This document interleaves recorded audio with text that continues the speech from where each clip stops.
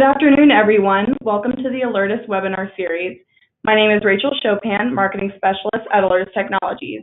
During this presentation, Patrick Denon, Director of Higher Education, will provide insight into how the Audible-Visual alert beacon can instantly improve your facility notification. Feel free to submit your questions during the webinar at any time, and they will be addressed during the Q&A session at the end of this presentation. This webinar is being recorded and will be shared with you after today's session. If you have any questions after this presentation, please email marketing@alertus.com. Now I'd like to turn it over to Patrick.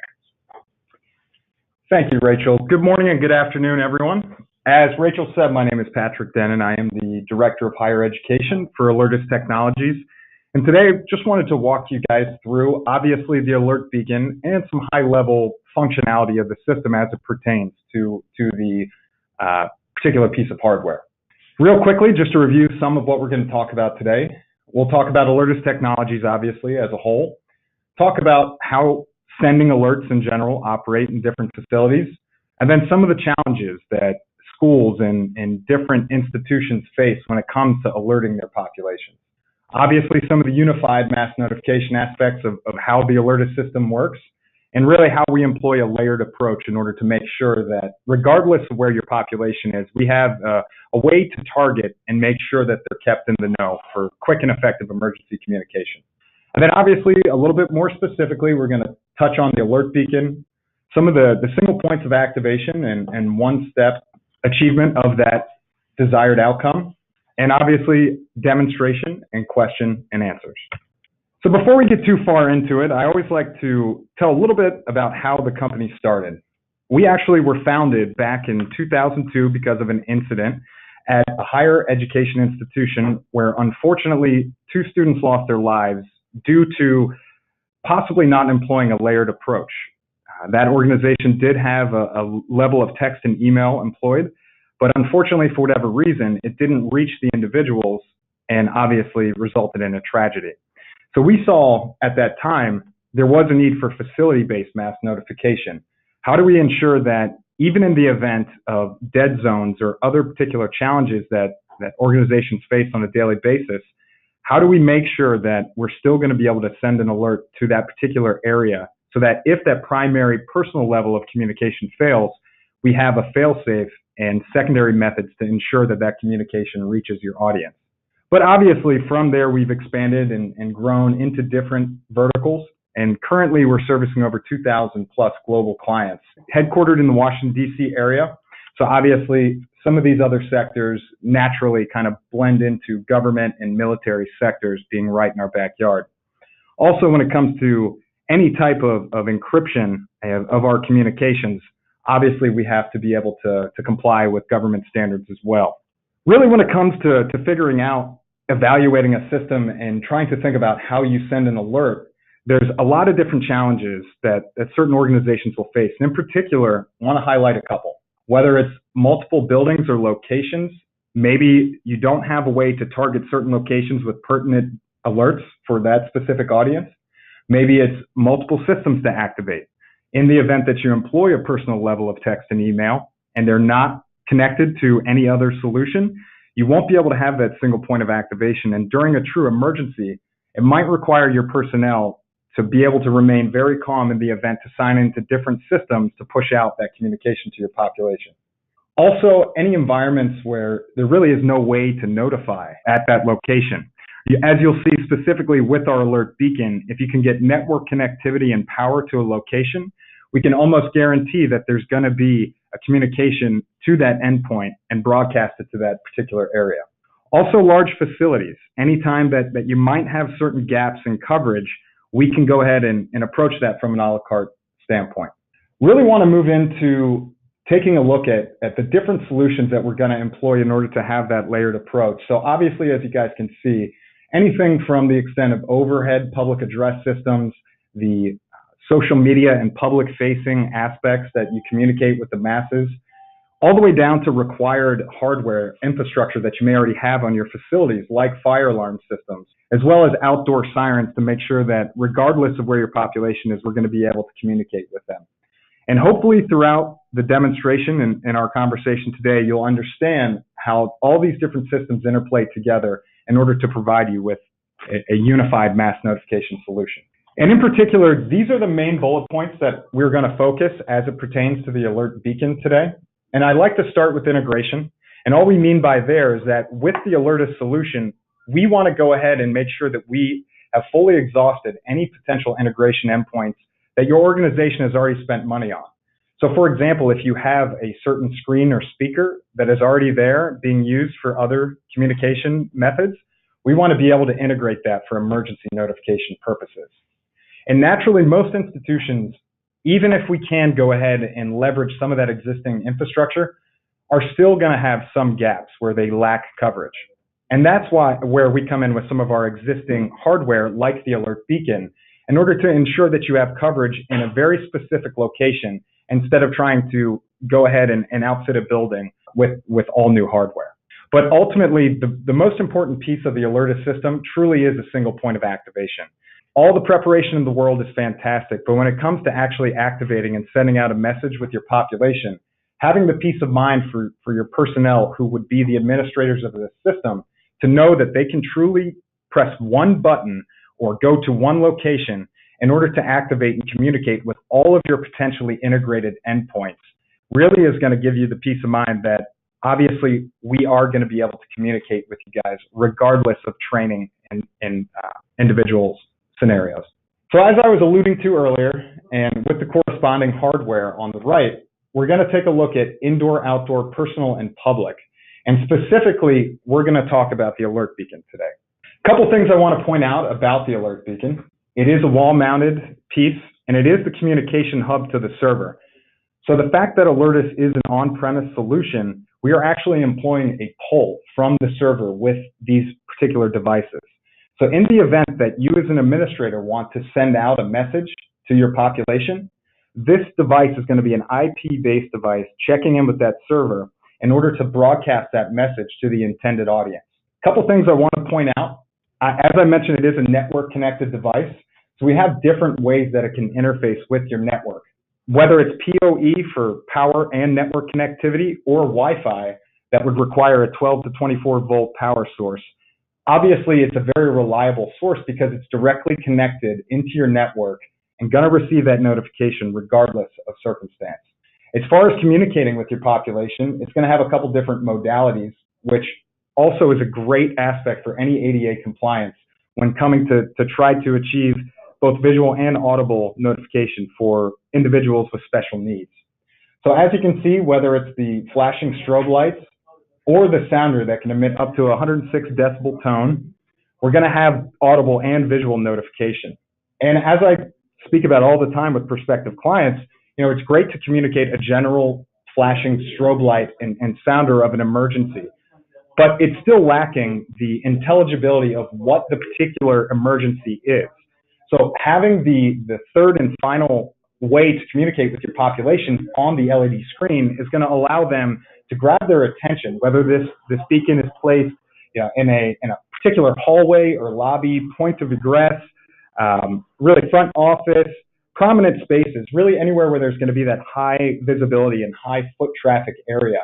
And it's a great way to ensure that those peripheral, whether it's from an audible or a visual standpoint, is going to grab their attention and then bring them to the screen to figure out exactly what's going on.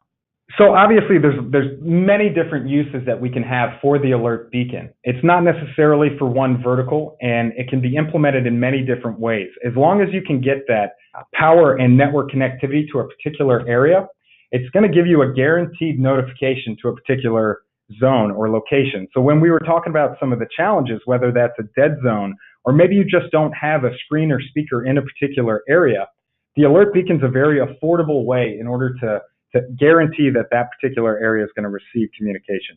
And a couple of those selling points, based on the reliability, I know we've already talked about the network connectivity being directly hardwired into the beacon if you do go with the PoE method.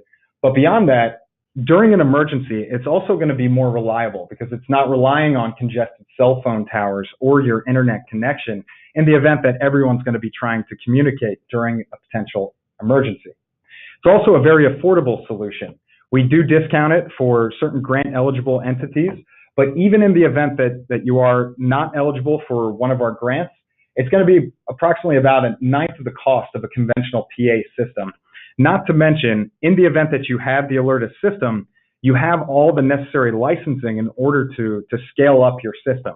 So in the event that you want to buy and cover certain areas that you know just lack emergency notification, it's just the one-time cost of the hardware in order to continue them in your emergency protocol. Also, from an interoperability standpoint, Alertus has the ability to interface with other third-party personal recipient systems with our developed APIs. So in the event that you are operating and you want to continue to use the familiar platform for your personnel, you can still have that true single point of activation straight from the console that you're already familiar with. So obviously, when it comes to training and getting your staff up and running, the Alertus system is going to allow you to reach more of your population without having to change or retrain people on certain visual interfaces. And it's also going to allow you to integrate with any other potential peripheral devices, whether that's retrofitting an existing system, or if you'd like to purchase some of the other Alertus peripherals that can give further assistance with visual and audible notification. In particular, there are 2 inbound and 2 outbound dry contact closures in the back of the alert beacon. So in the event that you wanted to retrofit something like a door access system or an existing PA system, we can do that with the interplay of the beacon being the communication hub to the server in order to guarantee that whether it's some of our new proprietary hardware or a existing system that you already have, we're going to guarantee that that communication gets there. And last but not least, the solution is also zonable. So in the event that it's not an imminent threat to your building, and maybe this particular communication is only pertinent to a certain group of individuals, well, if you know that that particular piece of hardware is in a certain location, we can target those devices through the console in order to have a more finite alert for a particular group of individuals. Now, when it comes to retrofitting certain systems, I also know that obviously a lot of clients have existing fire panels where there might be a speaker or an annunciator that we can go ahead and work with. And there's always a little pushback just on compliance, with everyone knowing that obviously the fire panel is something that does have code that mandates how you're going to operate with it. But with that in mind, the alert beacon is a certified NFPA 72 piece of hardware. So with that in mind, it is not going to be a primary source in the event that an alert does get pushed out of the fire panel. It will, by law, always revert to that fire panel in order to broadcast that. But in the event of an emergency that isn't coming out of that fire panel, we can go ahead and leverage those existing sounders, enunciators, or speakers in order to use them as a PA system to give that audible, articulated message of text-to-speech to your audience. And obviously, some of this is a little bit repetitive, but just to get into some of the actual specs of the hardware, you know, it is about 7 by 6 inches in distance, in size. So great for some of those areas that I mentioned earlier, whether it's a point of egress, lobbies, front offices, prominent spaces where there might be a lot of that foot traffic, but not necessarily the best piece for a very densely populated area. So we do have some of the other peripherals that we can offer you guys in the event that that is needed. But with that in mind, perfect for some of those smaller areas with a good amount of ambient noise in order to grab the attention of that said population. The strobes can be programmed and configured in order to communicate with 8 different patterns in the event that that was something that your organization needs, as well as just to reiterate some of those communication paths. I'd say a majority of our clients do go with PoE when it comes to that network connectivity being hardwired directly into the wall. But in the event that you have certain areas that are tough to get some of that network connection to, but you can get power, we do have those Wi-Fi enabled beacons as well. And not just for the alert beacon, but any communication coming to and from the server in the Alertus system, we're going to have encryption with that communication. So as far as that security, if you remember back to talking about some of the other verticals in the government space and Fed and DoD, we do have a good history of testing some of that encryption and making sure that regardless of your network, we're going to make sure that that communication isn't up and vulnerable for any malfeasance. As well as the LCD viewing screen being visible by about 10 to 15 feet with the size dimensions of 7 by 6 inches. And then last but not least, just to reiterate that power voltage, 12 to 24 volts in the event that you are using the Wi-Fi enabled beacon, and obviously the power and the network connection coming from PoE in the event that you go that route.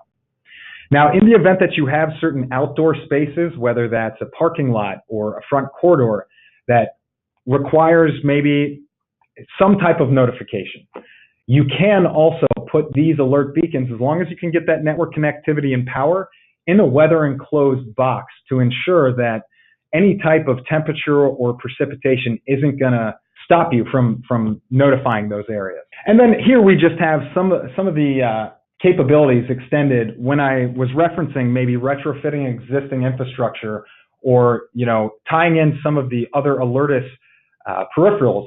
As you can see, we do have battery backup. So in the event that, say, you lose connectivity, your power goes down, if you guys can get a generator up and running, we can still get a message out on your LAN in order to communicate with these beacons. Same thing with the dry contact, as you see. So in the event that we want to retrofit an existing system, like a door access, whether it's through something like an RSS or through hardwired dry contact, we're going to be able to bring those into the system. We also have dip switches in order to go ahead and remove the ability to silence the alert on the front. So if this is, facing some of your population, you can ensure that nobody's going to tamper with that piece of hardware or try to cancel the alert before the administrator would do so or clear it. And as well as some of the unique identifiers, as you can see. So when it comes to using this IP-based device, you will have some information in order to target that for those less imminent threats.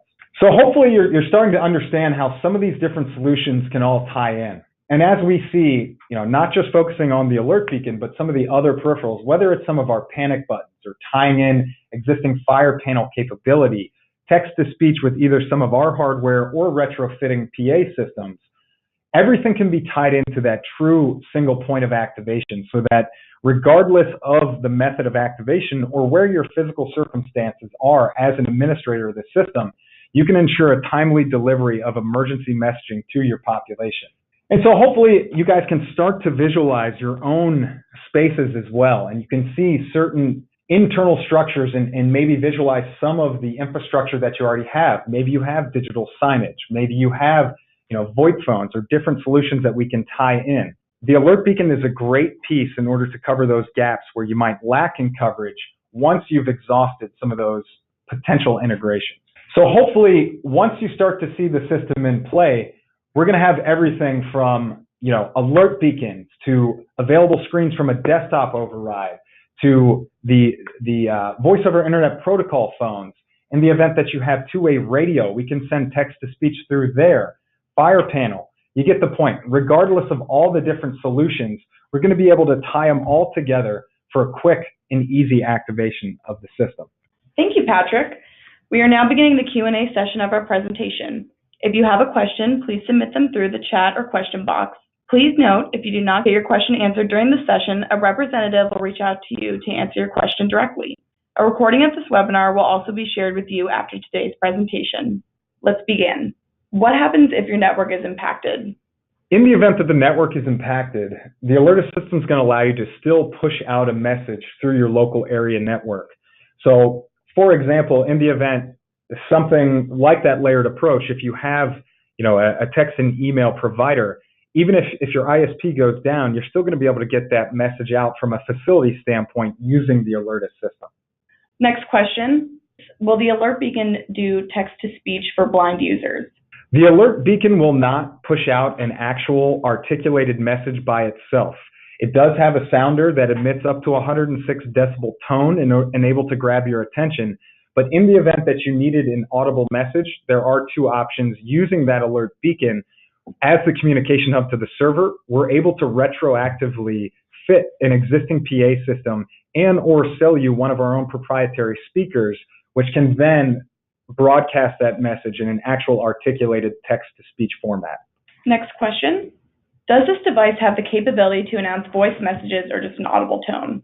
By itself, it is just an audible tone, but in the event that you want to retrofit an existing system, or if you would like to achieve an audible text-to-speech articulated message, we can do so with the purchase of our text-to-speech speaker. Is there any detection if the device is removed from the wall through a contact switch, maybe? There are. The Alertus system was designed to be maintenance-free in the sense that any IP-based device is going to periodically check in with the server. So if you remember when I was talking about the dip switches in the back, you can actually disengage the two buttons that face your population on the front of the beacon so that you cannot silence that alert until an administrator would cancel and or clear that alert. But in the event that something was tampered with, if it lost that network connection, an email would be sent to your administrators in order to let them know that that particular communication endpoint did not check back in with the server. Can you activate an alert beacon from an iPhone? Yes, you can. Part of the Alertus system, like I mentioned earlier, is going to allow you to interface with any third-party personal recipient systems. But part of your ENS software, which is a baseline prerequisite for any of the Alertus hardware, comes with an Alertus Activator app, in which you're able to activate any of your canned responses that you're prepared for straight from a smartphone. So in the event that you have a configured alert in order to target something like an alert beacon, with a few easy clicks on your smartphone, you're able to broadcast that message into a target audience, including the alert beacon or any other communication endpoint of the Alertus system. Are there plans for Alertus to make bigger beacons larger than 7 inches? We do have larger visual aids that are peripherals of the beacon. So with that in mind, we do have an LED marquee that can interface with that dry contact in the back of the beacon, so that in the event that you needed to communicate with a larger, more densely populated area, something like a library or a cafeteria, you can fit one of our LED marquees in order that doubles as date and time when not in active mode, in order to broadcast that message to a larger audience.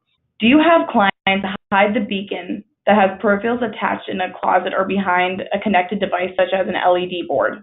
You can if you would like. As most of the Alertus system, all of it is very customizable. So a lot of our clients for unique use cases will do certain things that may fall out of line of our best practices. But in the event that you need a particular solution, we can get creative in customizing the solution to your particular needs. But I would say in the event that you need someone to receive notification, we will see the placement of an alert beacon in unique non-high traffic areas. But for the most part, the best use case is to cover those points of egress, lobbies, front offices, or prominent spaces where you will have high foot traffic. Are there any limitations on the kind of radios you can message out to?